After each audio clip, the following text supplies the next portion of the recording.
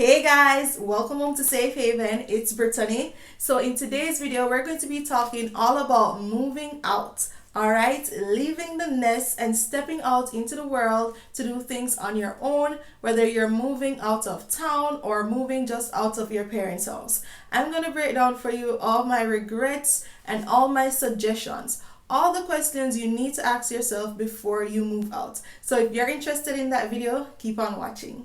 Alright, so I think it's kind of important that I give you a little backstory about my experience with independent living even before moving out. So I used to go to a boarding school when I was in high school, so I was away from home. And in Jamaica, if you're not familiar, you start high school at grade 7. At the time I was 11. So I moved away from my hometown of Ocho Rios to go to my school in Kingston, and I was boarding here. So I moved away from home in a sense. Of course, you go back home for holidays, weekends, various times, but I was away from my parents at a young age, I would say, and just kind of doing things bit independent, still not fully independent because obviously, we live with adults and caretakers who took care of us, cooked for us, cleaned for us, all of that.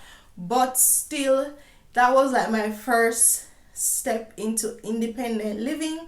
So when I left Ocho Rios, came to Kingston for high school, I was in a sense on my own. Of course, we had girls and friends around us, other girls who we could go to school with, do homework with, everything that we'd need. We had company, but still there was a level of independence because my mom, she gave me like my lunch money for the entire week. I had to budget it out and make sure it lasts. You had to like wake yourself up to go to school. So there was some independence right there. And so that was my first step into independent living. Then I went back home for sixth form for 2 years. And when I went back home for sixth form, I'm like, oh yeah, no, this isn't it. Like, that's when I realized I was over the living at home. But you're still young, so you still have kind of hold your little self. But that's when I knew, like, going back home to the country for sixth form, I was like, no, this won't be me for a very long time, but I'm just gonna hold it, and just stick it through. Then I came to college in Kingston. So I was back in Kingston living on hall, my little dorm, and even more independent. So now like I was spending even more time away from home because I didn't go home until like the holidays, and I mean like major holidays. Like I was that girl in college, me not go home. that person on hall, them always did it. Well, I wasn't always on hall. I'm not gonna tell upon myself. But let's just say I wasn't going home as like other kids were going home. I was kind of, I kind of stayed away. Not that anything was wrong with my home, but I just like my independence. I like going wherever I wanted to go on Saturdays. I like going out, all of that. So in college, another step away from staying at home and that whole at-home living. And then as a lot of Jamaican college students do, you do go on the work and travel program. I went on it 3 times. So that's like a cultural exchange program where you go to the US and you work, you meet other students, you socialize, this whole thing, cultural exchange program basically. So that you're living in another country on your own. Yes, you do have like support from like your sponsors and so on, but you are on your own. And the first time I went on the work and travel program, I was on my own. I did not know anyone there. I didn't go with anyone, completely on my own. So that was another step into independent living. So by the time I was done with that program with college and I was actually now finished with college, I had made up my mind that peace out, Ocho Rios, I am not staying here. Personally, for me, I don't think that I needed to move to Kingston for my job or to attain a job. My specialization in college was pretty good for me to attain a job in multiple places in St. Anne. I really and truly I didn't apply for any jobs in St. Anne at all. I did not apply for any jobs in St. Anne. My mind was kind of made up that I wanted to come to Kingston just because I could see a lot of potential for me here as a YouTuber. In every sort of way, my social life, and I was very much used to living in Kingston from high school. So going back, it just didn't make sense. It felt like I would be going backwards in life. You understand? Like I'm taking 2 steps back. Of course, Kingston is not for everyone, but for me, I just felt like the right decision. I just felt like something I had to do. So that's my reasoning behind why I moved out. And I also knew that being by myself and being away from my parents and the whole big family and all of that in Ocherios, that also helps my confidence. It helps me mentally. I feel mentally better in Kingston, right? Nothing to do with my family but it just feels mentally better in Kingston. I push myself when I'm in Kingston, everything else. But don't get it twisted. Everything was not easy, and we're going to talk about all of that, right? The ups, the downs of moving out and living on your own. Now, I think before you make up the decision to move out, everyone needs to understand their why of moving out.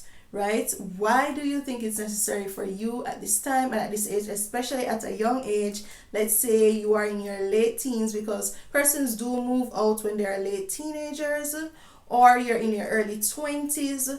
Why is it so important for you to move out now? Everyone has to know their why, and your why have to be a good why. It has to be a strong why, something you can stand by.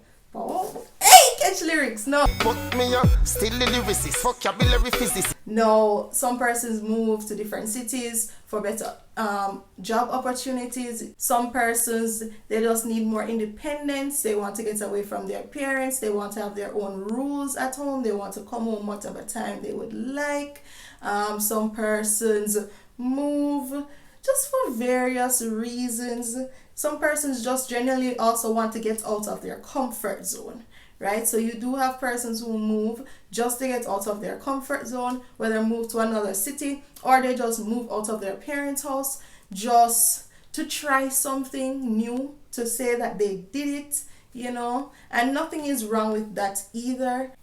But whatever your why is, it has to be greater than the real and true cost of moving out, which we are going to talk about right now. So write down your why. May I give everybody like 2 minutes? Write down your why. Why do I want to move out? Write it down, and then we're going to revisit that why a little further down in the video. Let's talk about the true cost of moving out, which is one of the first things that no one really sits down with you and tells you about. When you think about moving out and renting your own place, the only thing that most persons are thinking about is the rent. Am I wrong or am I wrong? That's all that most persons think about. Okay, rent is going to cost me 20,000, 45,000, 100,000, whatever you may think the rent costs in your area. And do you even really know how much places in your town or where you desire to move actually even rent for? Especially if you're trying to move to Kingston. When I tell you, if you want to rent somewhere comparable probably to your parents' house, it's gonna cost you a pretty penny. Alright, so you have your rent, and like say in Kingston, a 1-bedroom apartment may run you, if you're sharing, somewhere from like 20,000 up to even 150,000 Jamaican dollars. Yes, I said that right. In Kingston, a 1-bedroom may run you all the way up to 150,000 Jamaican dollars. The next cost of moving out that no one tells you is the cost for furniture.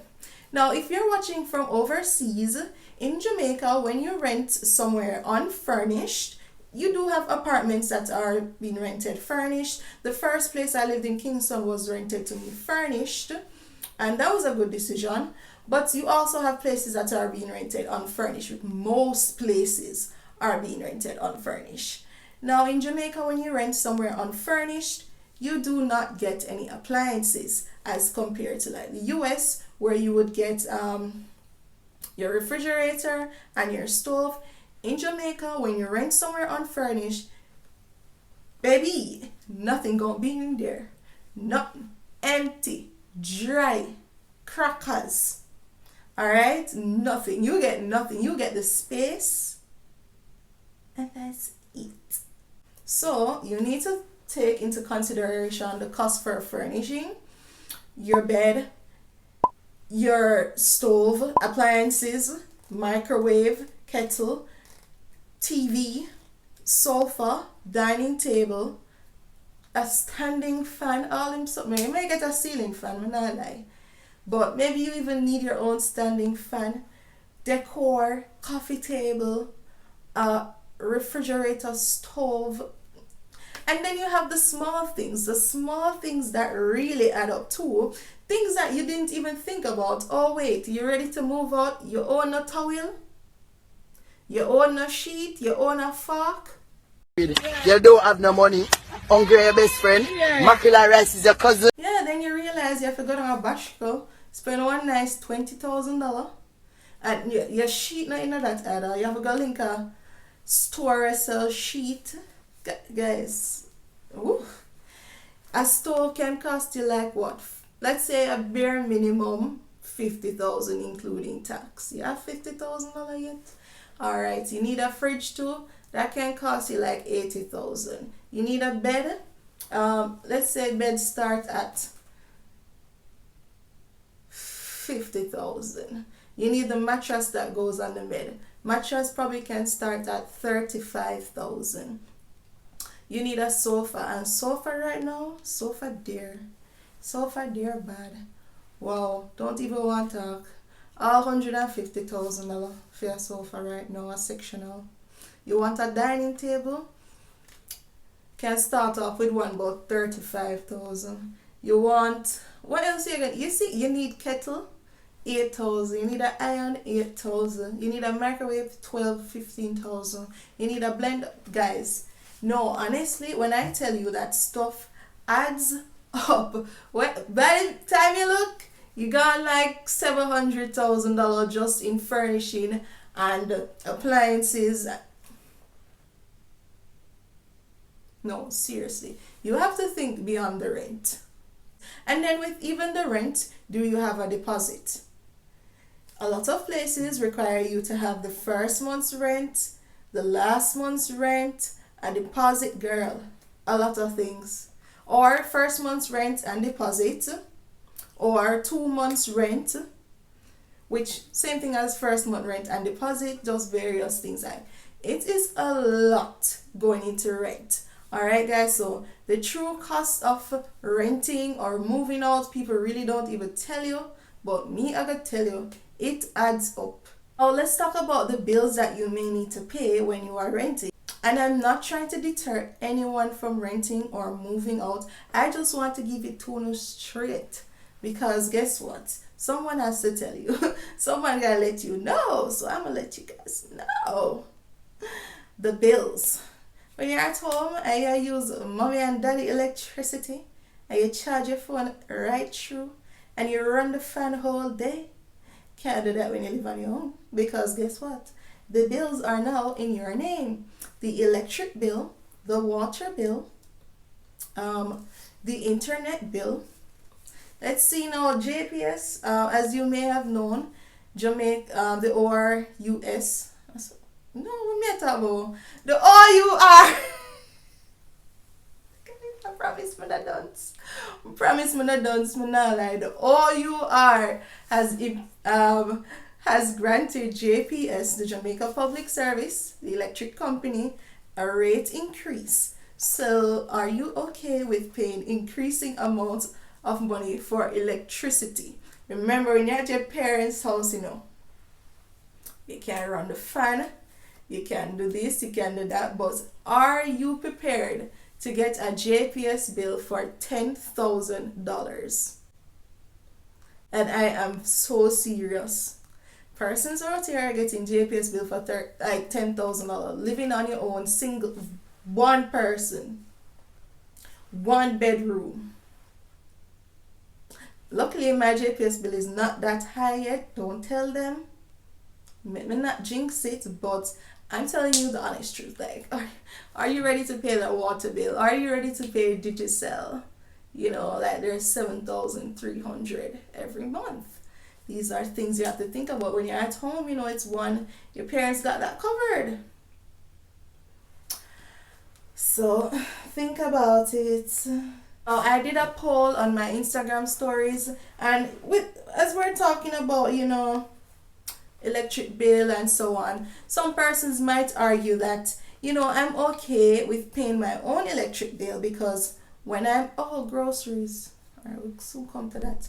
When I am at home with my parents, I still have to contribute. Once I'm working, you know, as an adult, you know, I have to contribute to the electric bill, the phone bill, the internet, water, all of that. So some persons may say to themselves, well, maybe I should just move out and just pay for what I alone use, which is a valid point as well. So tell me in the comments down below, for the adults and, you know, the big people that will watch me, if you had an adult child who was working and living at home with you, would you require them to pay or contribute to the electric bill or just the utility bills at the home or even the groceries? Tell me what you think. I know some parents, they're going to be like, no, them not really allow that. They want you save as much as you can. But there are some parents who would require some type of contribution, which either way to me is a fair go around, you know. Either way to me is fair. So tell me in the comments, what's the situation for you? Like, what do you do with your child? Or if you are that adult at home, what's the relationship like with your parents? Do they allow you to contribute or do you live free? Alright, tell me in the comments down below. Guys, don't forget to like this video as well. Let's get this video to 100 likes. So another thing you have to factor in and just ask yourself a genuine question about is, are you mature enough to move out on your own? Where is your mental space at? How responsible are you? You have to seriously ask yourself that question. Now, are you mature enough to deal with issues that may arise between you and your landlord regarding the apartment or house that you rent? Let's say you run into some major maintenance issues. A lot of persons cannot speak up on their own, even as young adults. Well, even as middle-aged adults, persons cannot speak up on your own. This cannot work when you are renting a space. You must know how to communicate, right? And work through issues that you may even have with your landlord. Remember now, your landlord is not your mother, it's not your uncle, it's not your family.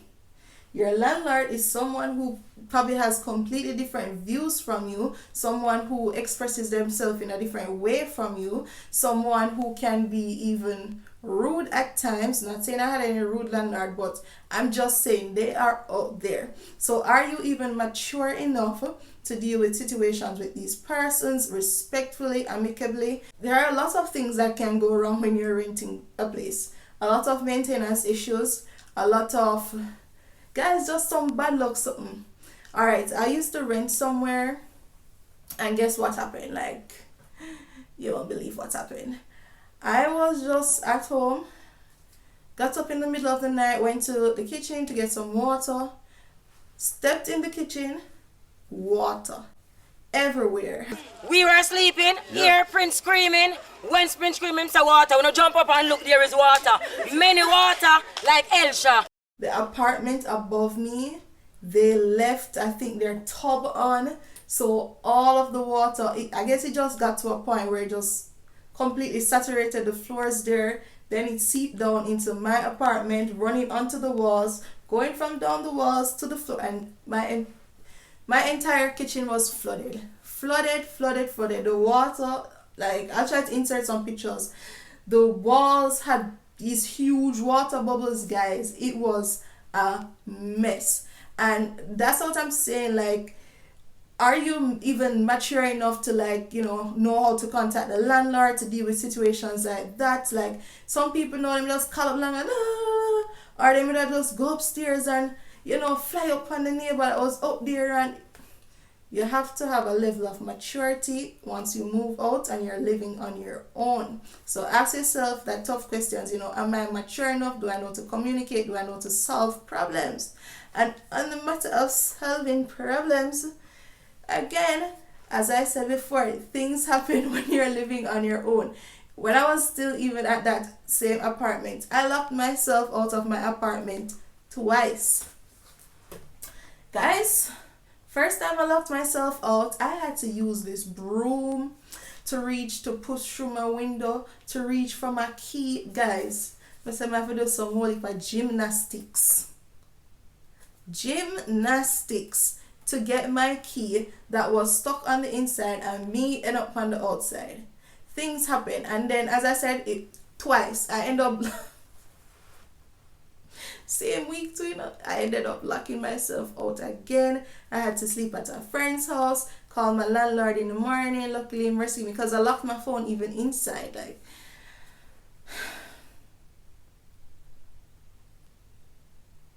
living on your own or moving out is stress, and some people move out and live with other people. That is another stress. I don't know how to do it, good though. Big up on yourself. Living on your own, things happen. You can get locked out of your apartment, you can have a gas leak, place can get flooded, but God forbid there could be a fire. Things happen, right? So are you mature enough to be a problem solver? Are you a good problem solver? What is your tolerance level of others? You may live in an area where you have to share, a shared space like apartments. Can you deal with noisy neighbors, persons with babies crying next door? So there's a lot to consider before moving out, and there's a lot of serious questions you need to ask yourself, because I've lived somewhere where I woke up and people are cuss. Like 5:30 a.m. raw cussing. I had to be like, and me little country girl, me not used to people I wake up and cuss dog rotten 5:30 a.m. But in some parts of Kingston that is very much normal. But go figure. Them things I have to think about before you move out, because you move out and look good when you come back. A joke. If you need to go back home, go back home. But boy, you look a shame I got look at eye. But still, there's a lot to consider before moving out. Don't worry, we will talk about the beauties of moving out soon, but we just want to lay it out. Alright, next thing. Are you independent enough to do tasks around your home without being told to do so? Like, are you a clean person? Can you cook for yourself? Do you cook often enough? Like, you wouldn't want to see you move out and you just start get skinny or you start lose up all of the weight. Your parents are going to be like, what's happening? But really, are you at that level where you can take care of yourself? It is okay to not yet be at that level. It's okay to require more years, to get more practice, to learn how to cook, to take care of yourself, learn a little routine. Say Saturday time, this is what I want to do, this is what I have to do. I have to go on the road, so I need to do this at this time. When I tell you, a lot of that is going to come up, a lot of planning. Sometimes I look and like my week plan out already. You say, okay, Wednesday I need to be here, Tuesday I need to be here, Saturday I need to be here. That means that I need to do this before I do that. I need to wash my hair before I go here. Are you able to take care of yourself? That is another question I would ask myself before moving out. Or does living at home for you make it actually like better? Do you have the support at home? Because if you have that support at home, boy, maybe you don't need to move out. But we'll talk about that. Now, what are the beauties of moving out? Of course, one of the major beauties of moving out would be a level of independence. Like, if you want to stay up till midnight, you can do it. If you want to run your fan right through the day, right through the night. You can do it. Oh Lord. If you want to come home at 5 a.m., you can do it. If you want to play some loud music and some cartel, you can do it. That's not really mean, but me just I said that's some people's vibe. Some people like that look independent life. They don't really like being told what to do. Like when you live on your own, guys, you really can do anything you want. Me not lie. Have a little nice little boss. You can do anything you want. The independence level there, like, it's unmatched. Living on your own, living on your own too can be much more peaceful to some persons. Some persons, you know, your original home, it may be a little crowded, little younger brother, older sister, too many persons in your space. You may not feel like you have enough personal space. Living on your own, you have more than enough personal space. More than enough. So there are beauties to living on, and there's nothing more peaceful than just being at peace with yourself, being at peace in a place where you pay your own rent for. That's why, like I'm saying, like, if I'm just paying my own rent right now, can you imagine when I pay my mortgage for my own place? Like, I'm double happy. Because right now I'm just happy. So imagine when you're paying your rent, like your mortgage for your own place, and you one just in there. And I know earlier I mentioned like furniture and all of that, but even without the perfect furniture and having everything in place, there is so much happiness and joy and just peace of mind with moving out and being on your own, doing your own little thing, having your own little way in your house. Some people, you can't put a price on peace. You can't put a price on peace and your peace of mind. And if moving out for you means a greater peace of mind, do it. One person may say, stay home, save your money, save up to do this, to that, do that. You can't put a price on peace of mind. And if your home is not somewhere where you can flourish, if it's not somewhere you feel comfortable, peaceful, motivated, you may just want to move out. And you just have to stand behind that decision. Alright, so let's wrap up this video now. What are my top suggestions or top questions that you need to ask yourself when you're deciding if you're ready to move out or not? And I'd first like to say you need to look at the push and pull factors driving your desire to move out, or your living conditions, whatever it is. Why are you so eager to move out? You need to ask yourself that question. And as I said earlier, like, you need to determine if your why is good enough, right? And then what are the push factors? Are there things at home, people at home that you really can't deal with? Is it distracting you? Is it like just not good for your peace of mind or your mental framework? So look at the push and pull factors. Do you think you'll have better opportunities when you move out or move out of town to different parishes, different states, whatever, you know, your geographical location is like? So you need to really, truly, intensely look at the push and pull factors. Also, look at how you're living now. You need to also ask yourself, do you have an emergency fund?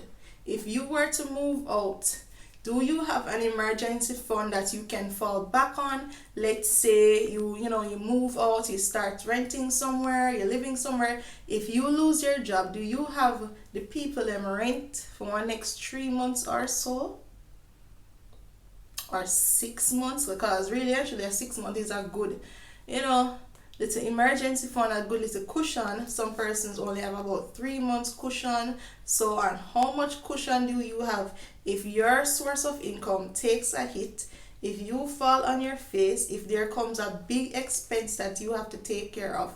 Are you able to still pay your rent from your emergency savings? Do you have a cushion? What is your condition like now? Do you have any money saved up to move out? Like, as I said earlier, you can't just want to move out and you just have the first month rent. You need your deposit. You need money for furniture. You need money for small little things here and there. Like, how much money do you actually have saved up to move out? If you don't have no money saved up, stay yard. And I know I may get flagged for saying this, but if you don't have money saved up, stay at your yard. As Jamaicans say, turn at your yard. Because it is expensive out here, it is unforgiving out here. Persons will not look out for you as if you were at home. Renting is business, all right? Business. You can't owe people them rent, and of course you have landlords with leniency, but that's also not a good practice to owe people their rent. Don't do it. Don't do it. Think, are you able to compromise with your parents? So some persons may have challenges with your parents, not giving them enough space, enough leniency, enough freedom. Think about, can you and your parents sit down and talk and come to actual compromise, something that can be beneficial or fair to both of you? So you're respecting the rules of your parents' home, but also you're having some more independence, some more freedom. And also, have you even shown your parents that you are mature enough to handle that freedom? Now, a lot of times your parents still try to baby you, but you also have to try and kind of show yourself up, say, yes, I can take on certain responsibilities, I can do this on my own. For me, one going on the cultural exchange program or work and travel program, whatever you want to call it, that was a good way for me to show my parents I can handle this, I can do a lot of things on my own. Even them know that from a long time still, but you have to show your parents. A lot of you parents, your parents don't really believe in you because of past things that you have done. You have to show them that you've actually grown up. You can actually handle yourself, handle your own, and maybe right then and then, they'd give you more leniency within their home. They'd be more trusting of you. They give you more freedom. But some of you guys really have to actually prove yourself to your parents, and that is only fair to me. That's what I think. So you have to think about those things. Can you come to a compromise, or do you feel like you really, really have to move out? Or are you really willing to give up your moral, emotional, and even sometimes your financial support that you have from family members at home? As I said, when you have family at home, you have people to fall back on. Like if you drop boof on your face, you're not gonna land flat on the ground.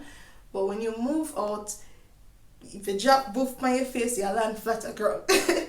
Because that support is not always there. You may not even have persons to give you encouraging words. If you live at home, you might see persons, they may tell it to your face. But when you've moved out, a lot of times the family member them can't forget little about you. Not lie. Them can't forget about you little. So those are the encouraging words and that little support. Sometimes too, people are busy. People are just straight up busy. So you may even get lonely. And that is another thing. Are you okay with being alone? You have to ask yourself that question. Or are you okay with being alone for long periods of time? In a situation where you have lockdown, are you okay with being alone for extended periods of time? So you have to think about that when you're moving out. Or do you think you're someone who just flourishes better being around your family, being around more persons? That is fine too. Also, are you moving out for the wrong reason in terms of social influence? Are you moving out just because you think that I'm of age, I should move out? I see this person move out, I see YouTubers move out, and also as YouTubers, we have to take a look at the blame, because when we come on here, we show various things, our lives, our apartments, moving out, and so on. Yes, it's cool to get inspired, but you have to also realize you have to also realize that's not the reality for everyone. That's not going to be everyone's path right now, moving out at such a young age. That's not for everyone. Some people don't move out until they're 30, and as long as that's fine with you, your parents, that's fine. You don't all have to move out at 21 or some weird thing like that. You don't have to do it. Right, and the last thing I would say to you is just examine your life now and ask yourself, will moving out now benefit myself 5 years from now, or would it have held me back from achieving my goals that I wanted to achieve into the future? Is it going to hold you back, or do you see where it can propel you actually moving out? Think about that long and hard. will moving out today affect me negatively 5 years time, or will it affect me positively in 5 years time? So that's the video for today, guys. Thank you so much for watching. Don't forget to comment down below. I want you guys to tell me what age you moved out, and just give you also like your general suggestions for persons thinking about moving out, and what was like probably like your biggest mistake when you moved out. Thank you guys so much for watching. Don't forget to like, subscribe, and hit that notification bell so that you know when I upload a video first. Thank you guys so much for watching. How much time I gotta say that? Goodbye.